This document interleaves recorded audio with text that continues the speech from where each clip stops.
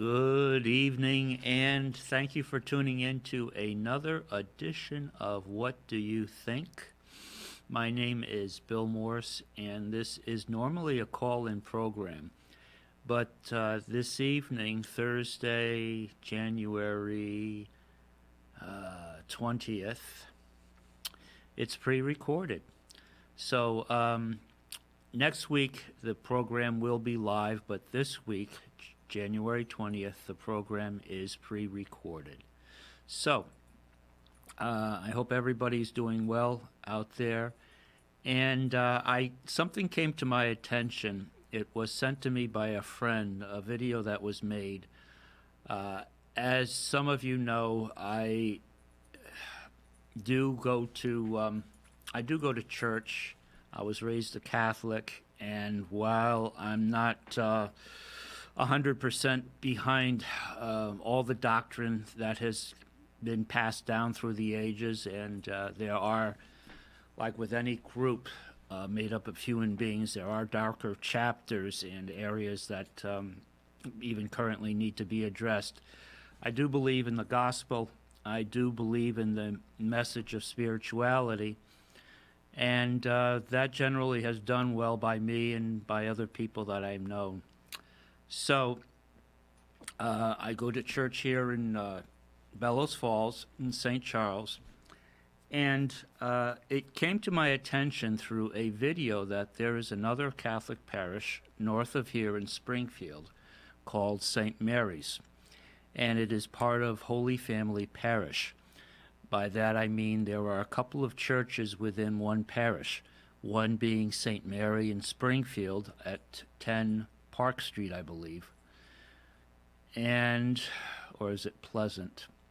Anyway, the other being St. Joseph, which is on the main drag in Chester, 103 or 11, I believe, or I forget. Anyway, there's a priest there that has the duties of both. This is Oliver.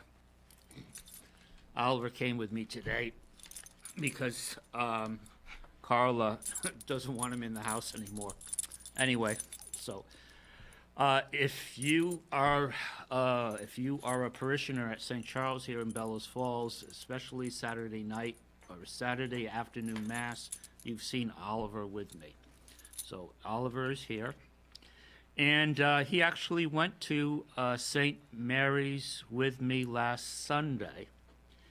St. Mary's has a good program. There's a Mass at 9 o'clock, and there's a social hour afterwards, 9 o'clock, that's Sunday morning, and there's coffee and donuts. Something that we've been trying to do here at St. Charles the first Sunday of the month after 9 o'clock Mass, we also have coffee and donuts and a chance for people to speak and socialize a bit outside of the Mass format. So, Oliver and I went to Mass last Sunday at 9 o'clock out of curiosity because there was a video posted by Father Peter Williams.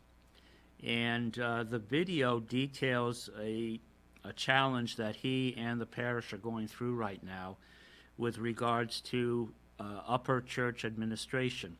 By that I mean Bishop Christopher Coyne, who is the Bishop of Burlington, Diocese of Burlington, which is administratively responsible for the state of Vermont and all the Catholic parishes within.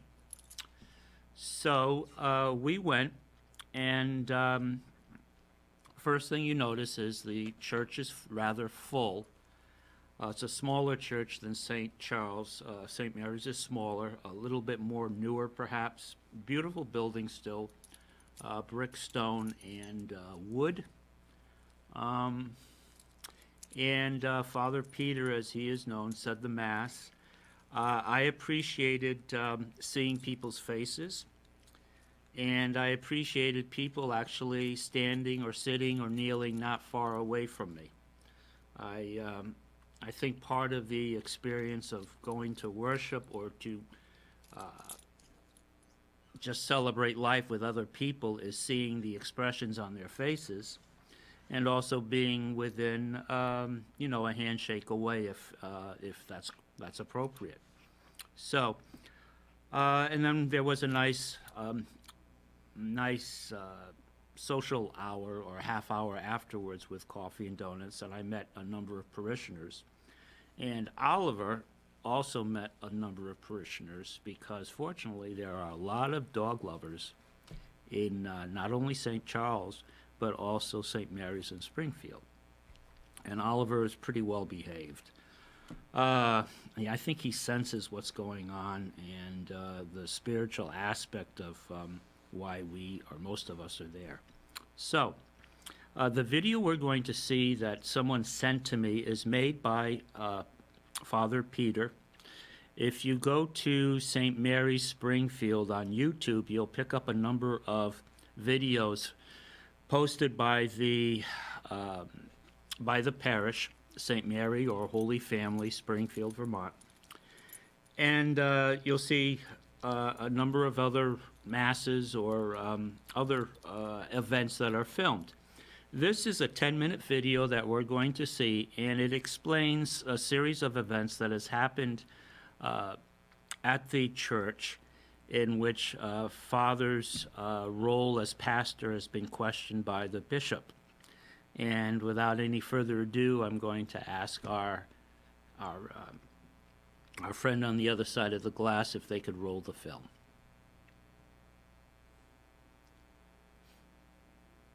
I'm Father Peter Williams from Holy Family Parish here in Springfield and Chester, Vermont.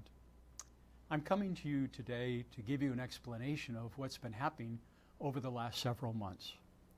You may have been aware that in late September, Bishop Christopher Coyne sent a directive out to all his priests and deacons that we were to be vaccinated, or if we chose not to be vaccinated, that we should wear a mask and get tested every other week.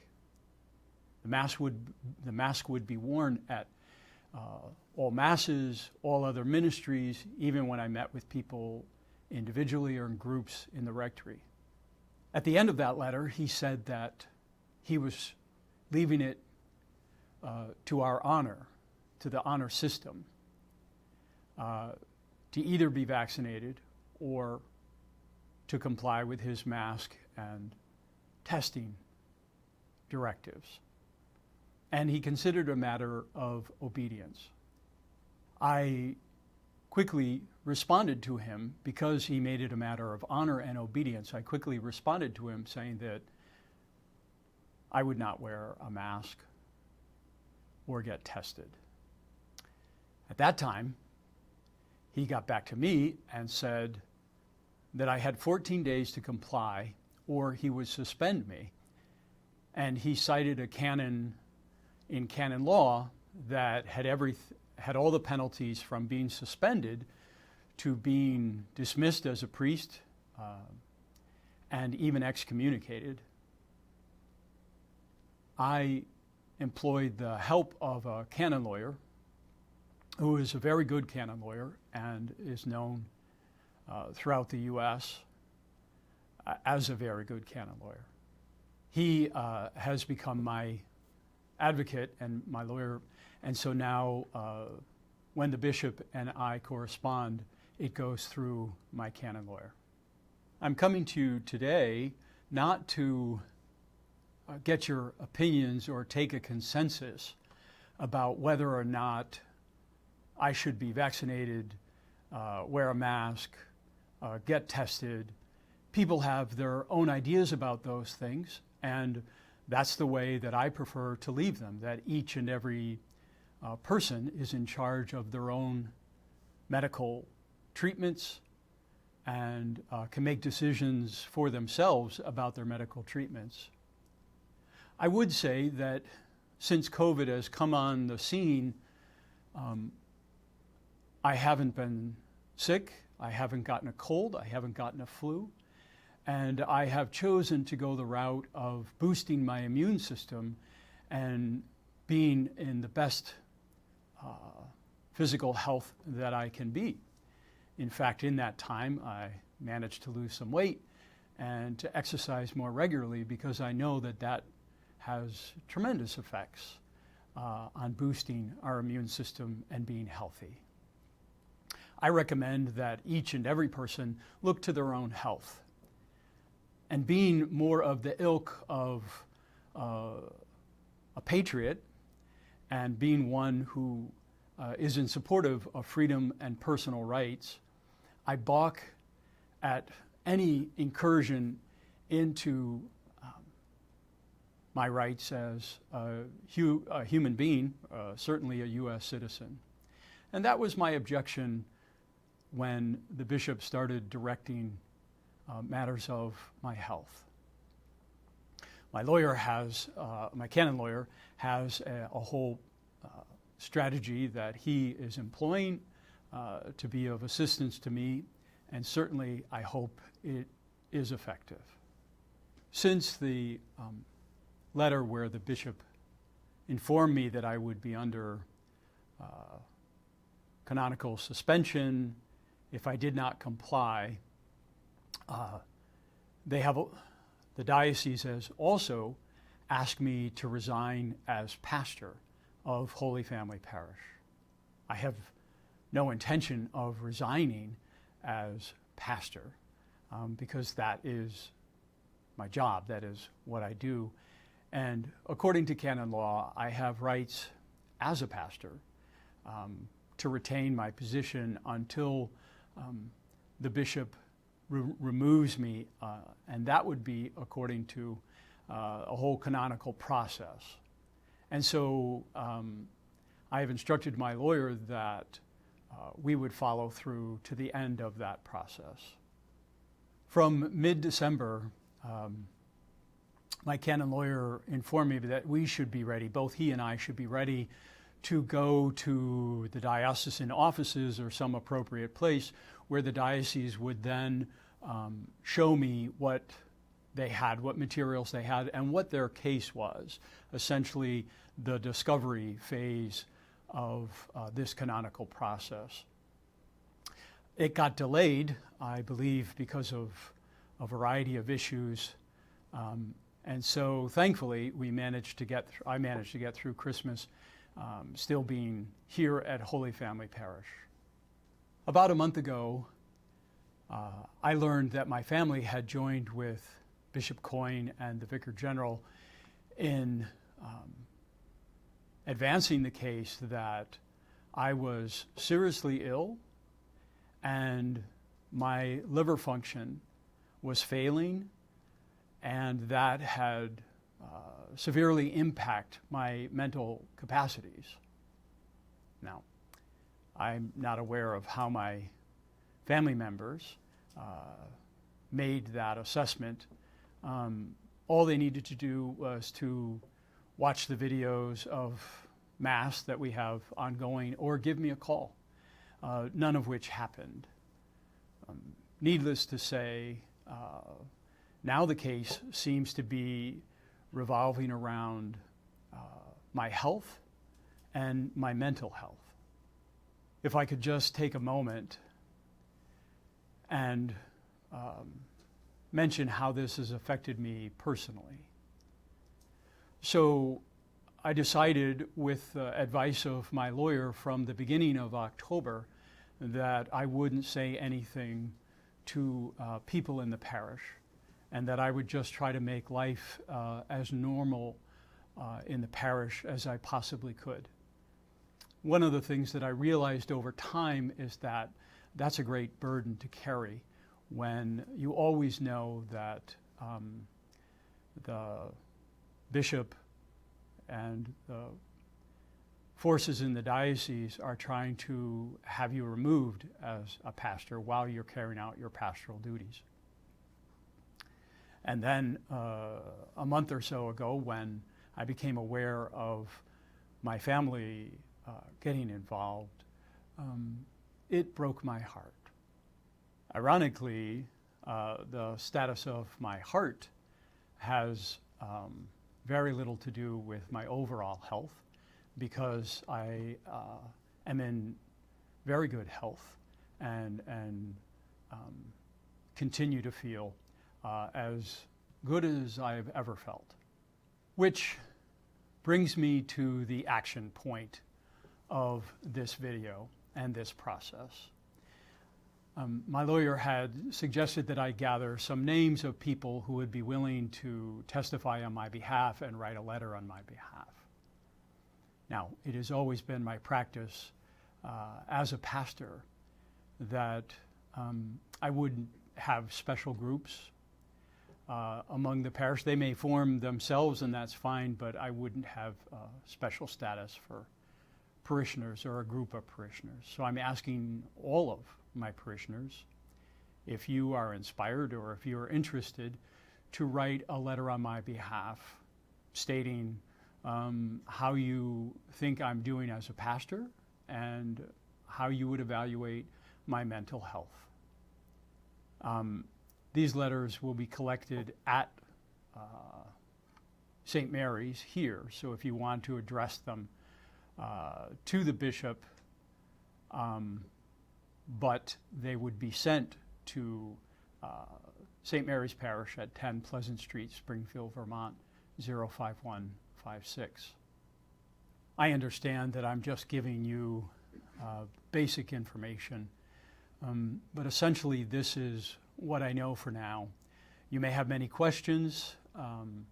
I ask you to direct them to Beth Webster, my secretary, and she will write them down, and at a future date, I'm sure that as I learn more, I'd be willing to sit down with Beth and answer your questions. Thank you so much for your consideration, and thank you so much to all who will be writing letters. God bless you. So, there you have it. That was Father Peter Williams, the pastor of the Holy Family Parish, which comprises St. Mary's at 10 Pleasant Street in Springfield, up on the hill, and St. Joseph's on the main drag in Chester. That video, that 10-minute video that we've just been watching, was posted on January 5th, only a few weeks ago. And I would, if you feel compelled or if you believe that Father Peter is in the right, then I would ask you to consider writing a letter to Bishop Coyne in support of Father Peter Williams' stand against the bishop's COVID restrictions and mandates.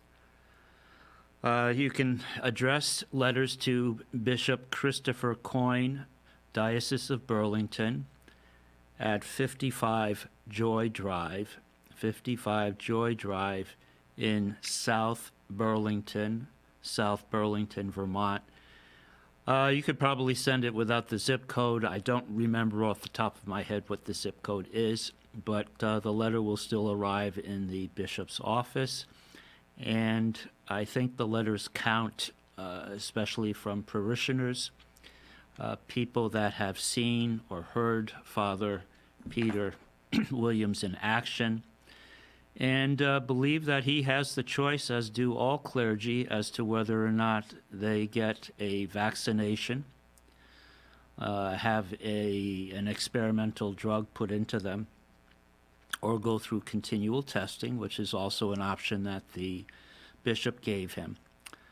As far as the rest of the congregation is concerned, there is mask choice at the at St. Mary's, which is also runs against the bishop's dictates. The bishop wants everyone to be fully masked, and of course advises everyone to be vaccinated. So the choice is yours if you'd like to support Father Peter and his right to make the choice by himself or for himself. I think it's a good point that he brought up, the fact that much of what we are facing the seriousness or the fear can be mitigated somewhat when we look at our immune system and try to have a healthy diet of locally grown produce that is organic, that has not been treated with chemicals or enhanced through chemicals. Get plenty of sunshine, drink a lot of vitamin C, have vitamin D through the sunshine, and just give our bodies the minerals and the vitamins that it needs to function normally. Give up smoking, moderate moderate alcohol use, and just common sense and plenty of exercise, even if it just means a walk outside. Careful of the sidewalks, though. Anyway, that's that. Next week, we are going to start talking about, this is somewhat connected. Klaus Schwab. Klaus Schwab is a financier. He's an economist. He wrote a book, which is available through Amazon, called The Great Reset, COVID-19. And the Great Reset is basically a readjusting of how peoples are governed and how peoples are, how they live as on our planet under one government. And in the book, he deals with a one government system that would represent all of us, and he also deals with measures for population control. Very interesting reading. Again, Charles is his son. Klaus Schwab, financier. He's the organizer and the head of the World Economic Forum. You may have heard of meetings on a yearly basis taking place in Davos, Switzerland, of the World Economic Forum, in which anywhere from 100 to 200 people that are powerful and well situated in different governments come together and they work on a one world government, population control, and how technology will make that possible in the further use of viruses and vaccines. So, should be interesting. We'll do a brief introduction to the work, a little background on Klaus Schwab as a person, and then we'll get into some readings from the actual book. And I hope that you find this interesting and enlightening. I'm looking forward to actually reading the work the book after hearing so much about it. So we will be doing this next Thursday, the 27th of January. This will be live. You'll be able to call in with any comments or questions. Wake up. This way.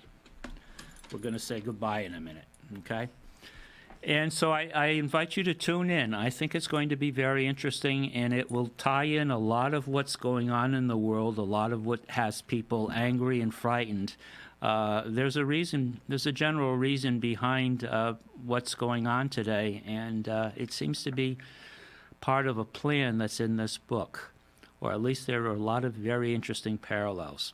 So I hope you'll make it next Thursday at 5:45 till 6:30 live. Again, you'll be able to call in, and we'll start with a little background on Klaus Schwab and start dipping our feet into the pool of the Great Reset, COVID-19, and how the pandemic has accelerated the plan that these leaders that meet yearly in Davos, Switzerland, are behind. So I wish you a good rest of the week, a good weekend, and just a reminder, there's going to be a March for Life in Montpelier, the state capital, this Sunday, and it will be dealing with the pending vote that we will all participate in on Article 5, an amendment to the Vermont State Constitution that would allow late-term abortions up until the moment of birth. So this is a decision that will fall on all our shoulders as voters come November, when we have the general election for state offices such as congressperson and senator. So, interesting times ahead. I hope you'll stay tuned, and God bless. Take care.